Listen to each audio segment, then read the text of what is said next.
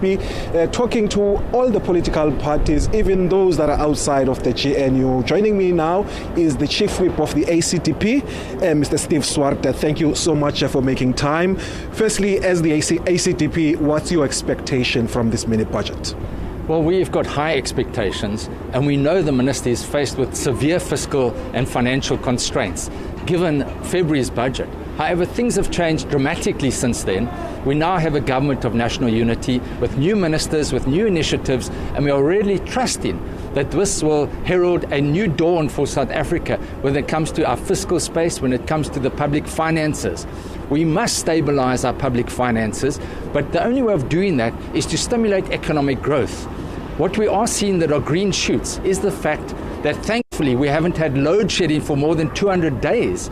The logistics crisis is also being addressed, as is the water crisis. So if we can address those issues and stimulate economic growth, which will result in job creation and revenue collection being increased, then we can balance the books. So we are not expecting a lot of surprises today, but we are expecting a positive message going forward for the next 3 years. As we know, the details will be set out in February's budget vote, but already we are seeing certain positive elements, such as we see the currency is strengthening.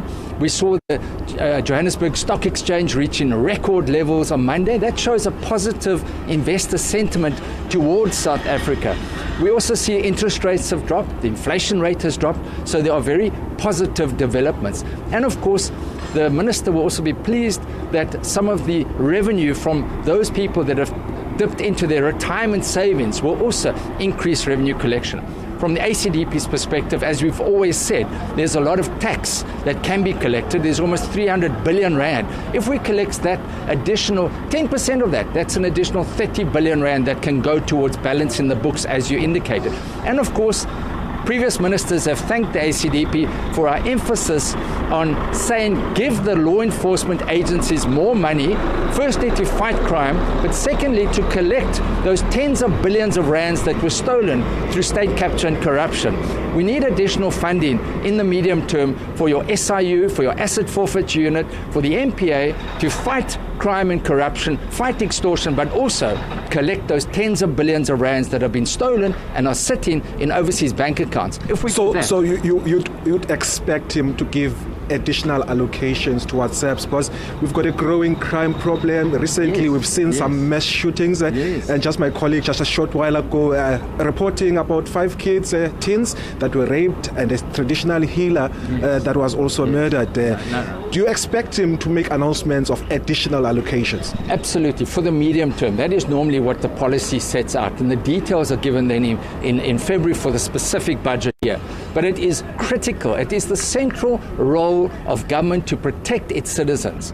And as far as we are concerned, our government is failing in that regard, and far more needs to be done, not only to give the additional resources, but ensure that our police and our detectives are properly trained, that our courts are properly equipped, that people are prosecuted and face the full force of the law and sentenced to long terms of imprisonment for these horrendous crimes, extortion, murders, rapes. We've got to do far more in that regard, and that's where we as the ACDP, whilst we are not in the government of national unity, will play a constructive centrist role in holding government to account to ensure that these steps are implemented so that our citizens feel safe in their communities. The issue of the cost of living rising, I'm sure maybe you might have some ideas for the finance minister. No, absolutely. First of all, we know that our households, our individuals are really struggling with increased cost of living.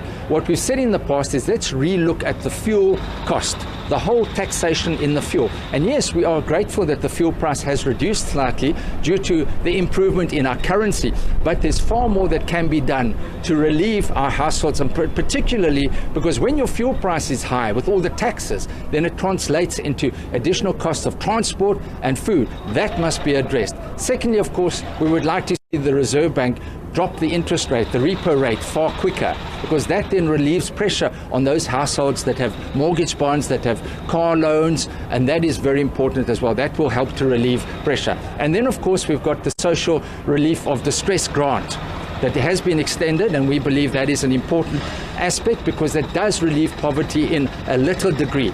But at the end of the day, we've got something like more than 25 million people on social grants, very grants.